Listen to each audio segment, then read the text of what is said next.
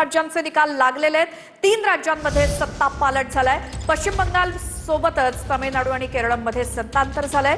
भाजप पहिल्यांदाच बंगालमध्ये सत्ता स्थापन करणार आहे। केरळमध्ये काँग्रेसच्या हाती सत्ता गेली आहे, तर तामिळनाडूमध्ये थलपती विजयची टीव्हीके सत्तेत आली आहे।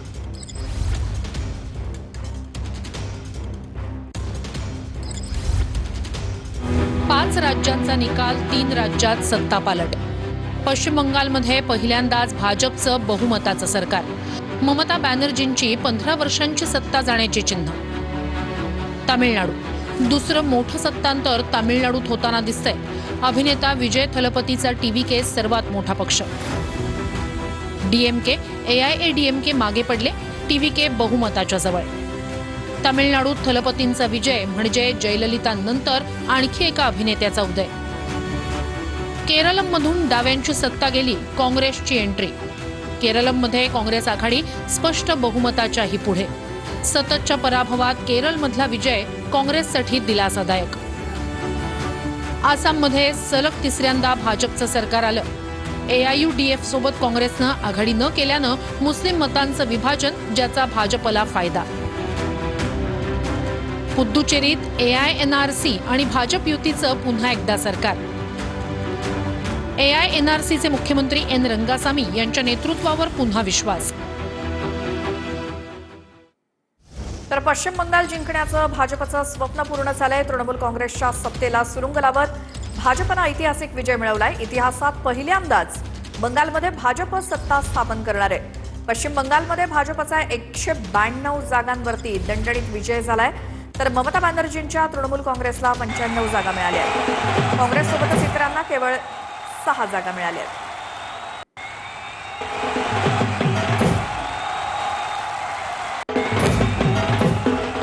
तर हे आकडे आपण बघूयात। भाजप 197 जागांचा आघाडीवरती पश्चिम बंगालमध्ये, तर टीएमसी 90 जागा। त्यामुळे सध्या तरी भाजपच सर्वात मोठा पक्ष पश्चिम बंगालमध्ये, तर तामिळनाडूमध्ये टीव्हीके 106 जागांसह आघाडीवर, तर डीएमके 54 जागा आणि एडीएमके 54 जागा, तर डीएमके 74 जागा। त्यानंतर तामिळनाडूमध्ये टीव्हीके हा 106 जागा मिळवत सर्वात मोठा पक्ष ठरलेला आहे।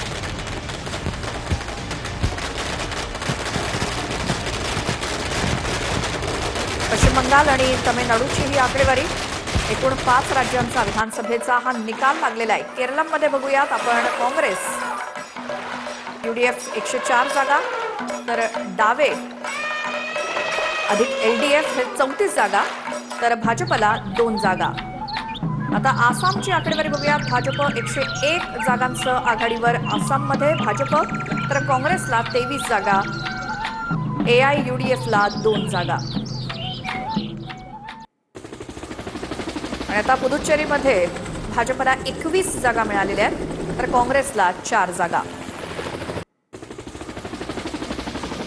पुदुच्चेरीमध्ये भाजपनं आघाडी घेतली 21 जागांसह, तर काँग्रेसला फक्त 4 जागांवरती विजय मिळवता आलाय।